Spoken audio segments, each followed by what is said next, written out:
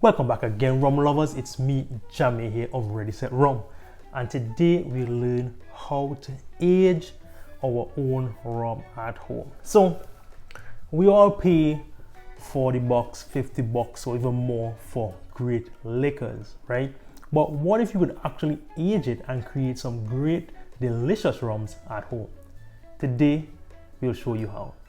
So what I have here is a 1 liter barrel, and I have 3 different white rums. So honestly, I've done this experiment before. I use the Angostura white oak rums, which is a column still rum from Trinidad.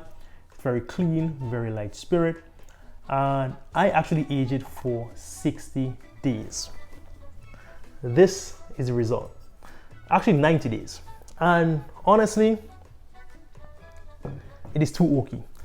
It tastes like wood, like I'm eating, it's that's all it is. It's so woody, right? I left it a bit too long, a lot too long, and I've learned from since then that the most you would like to leave a rum in a barrel of this size is about 1 month, especially a fresh barrel, not a 10 times used barrel.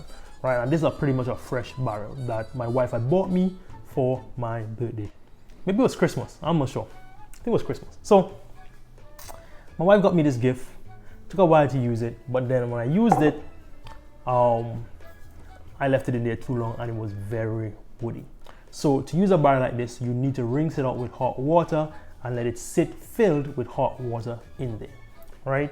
Water cools out, over time it evaporates. At this point in time, I have had this filled for maybe 4 or 5 months now.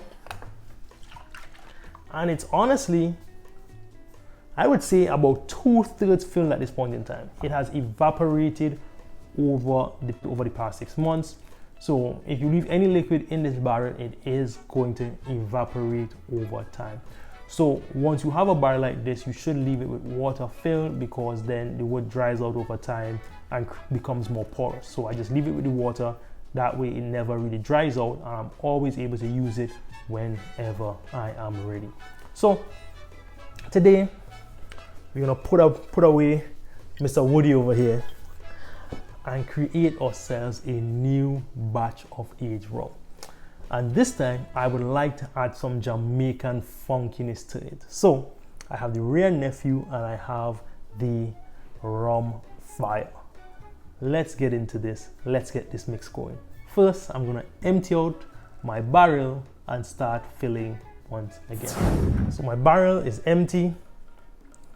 I have funnel, I have measuring cup, and I have my rums. So honestly, I really want about 500 mils, which will make it at least half of the Angostura rum.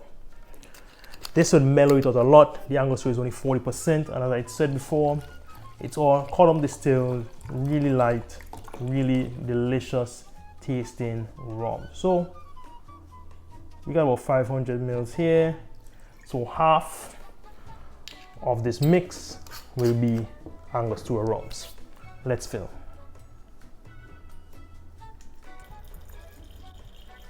I got a pretty small funnel here. All right, so half filled. Next up, the Wray and Nephew. So honestly, I think I'm gonna go for, I'm thinking I'm gonna go for about 300 mils. I really would rather more of the Wray Nephew than the Rum Fire. The Rum Fire, it is quite it has a lot of taste. It has a lot of taste, and trust, it is a lot to contend with in a mix. So I'm gonna go, well, I'm almost at 400. Whew. All right, I'm 400. So I'm just gonna have 100 milliliters of the Rum Fire. I could smell that fresh cane juice, that kind of Wray Nephew smell that you're accustomed to. Honestly, Wray Nephew really reminds me of Clarin. The Clarin Vival that I reviewed recently.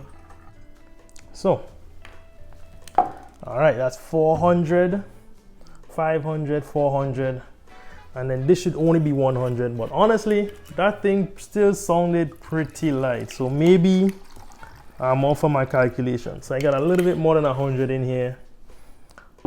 Let's see how this goes.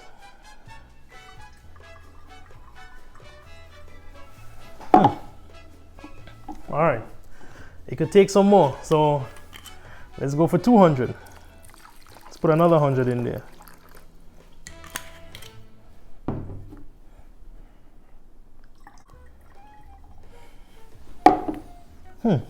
All right.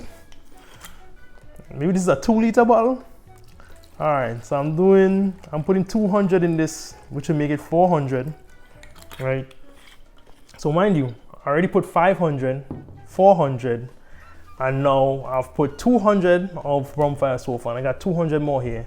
So let's go again. All right, so maybe I thought I had a 1-liter barrel, but this is definitely 400, 400, 500. Maybe I have a 1.5-liter barrel. So how do I get up to the last 100? I gotta finish it off with the Angostura because all that funky stuff is gonna be a lot. So the last 100, so 600 of Angostura, 400 Wray Nephew, 400 Rum Fire. And this should top it off. If it doesn't top it off, I'm still stopping. There's still some room in there, honestly. Well, it is what it is. I think this is a 1.5-liter drum. It is now pretty close to the top. It's somewhere like right around here from what I could see. Yeah, you don't hear a lot of splashing in there. So I'm not gonna leave this for 3 weeks, and I'm gonna show you the end result and give you the tasting notes. Remember, 600 milliliters of Angostura, 400 of Wray Nephew, 400 of Rum Fire. So that's the mix we have here today, and I'll see you in part 2. Cheers.